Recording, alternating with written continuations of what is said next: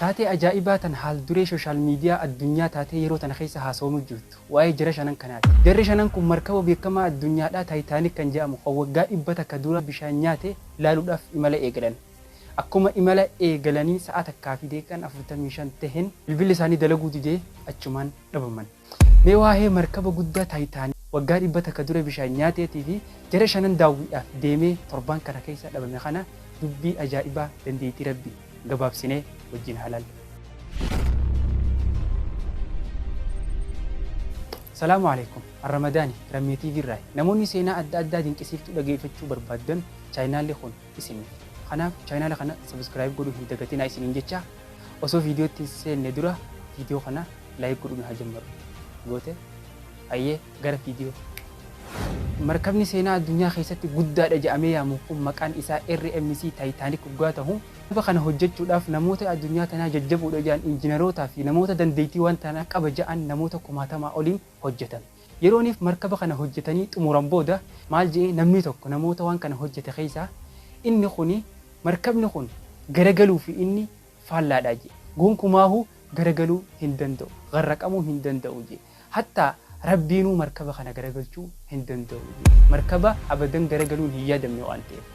Markabni kun akka lakkoofsa faranjiitti Abriil 15 bara 1912 imala isaa eegale. Ingiliis irraa magaalaa Niiwuorkitti osooniif deemaa jiru imala isaa eegalee guyyaa 4 yerooniif gahu wantoota goggogaa guddaa akka gaaraa kan bahara keessatti argamutti bu'uudhaan wanni kun cabee bishaan seenee baduu danda'e.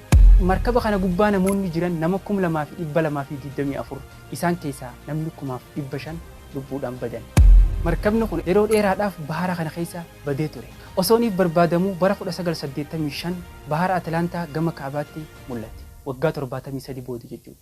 Erga gaafasiirraa eegalee namoonni waan kana daawwachuu fedhan kaataatti imalan mijeeffatanii gama isaa imalanii daawwachaa turan. Osooniin jara shanan kanatti hin dabarre dura dubbii ajaa'ibaa dandeettii rabbi tan argamtee jira. Intalti isin footoo isiidhaa argitan tuni lammiin isiidhaa lammii Arjentiinaa hoggaa ta'u maqaan isii Fiyuulaa Yaasoo jedhama. Intalti tun taatee tanarraa hafte.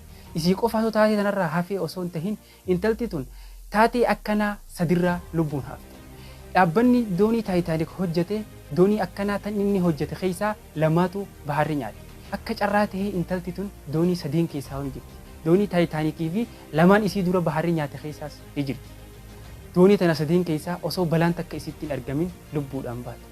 فإذا جاء أجلهم لا يستأخرون ساعة ولا يستقدمون. قاف أجل خير في برند برتو أجل خير يوم جهين أبدا هندوت. جري شرن كونيس دوني تنداوت تلاف تربان كتي خنا خيسا إملا ساني إيجلان. جري خون إملا خنا ديماني أكيا دنو لاتي مركبة تايتانيك كنا داوت تلاف كفلتي مالك أيسان كفلان نمني توكو دولار كومري بلا ما في شنتم كفله. ولتي دولار مليون في وي كفلاني إملا خنا إيجلان.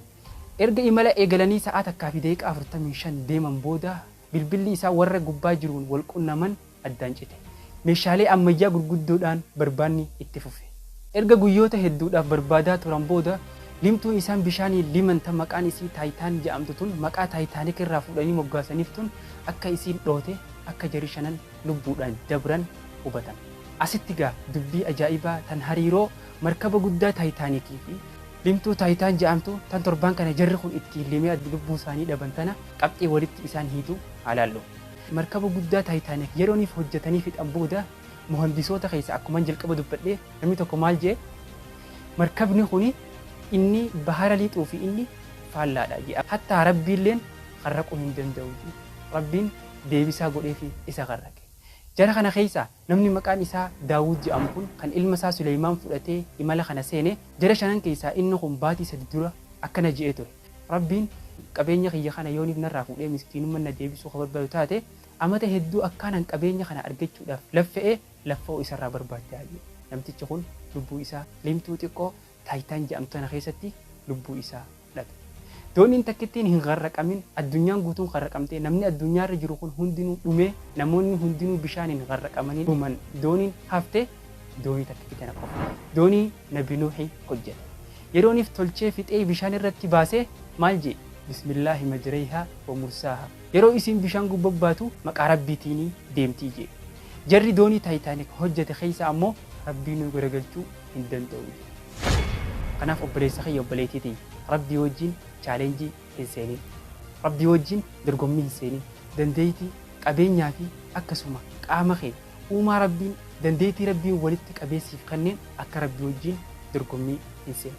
Namoonni rabbii wajjin dorgommii seenan hundinuu addunyaa gubbatti takkaan milkooyu. Kanaaf daawwattootaa fi hordoftoota wanniin arra qabadhee dhufee asirratti xumurama. Seenaa biraa bareedduudhaan hamma walitti deebinutti viidiyoo tana akka namoota baay'ee bira geessu laayik godhuun hin dagatinaa isiniin jecha hamma walitti deebinutti dumtum fi ri'aayatillah. Salaamu alaikum.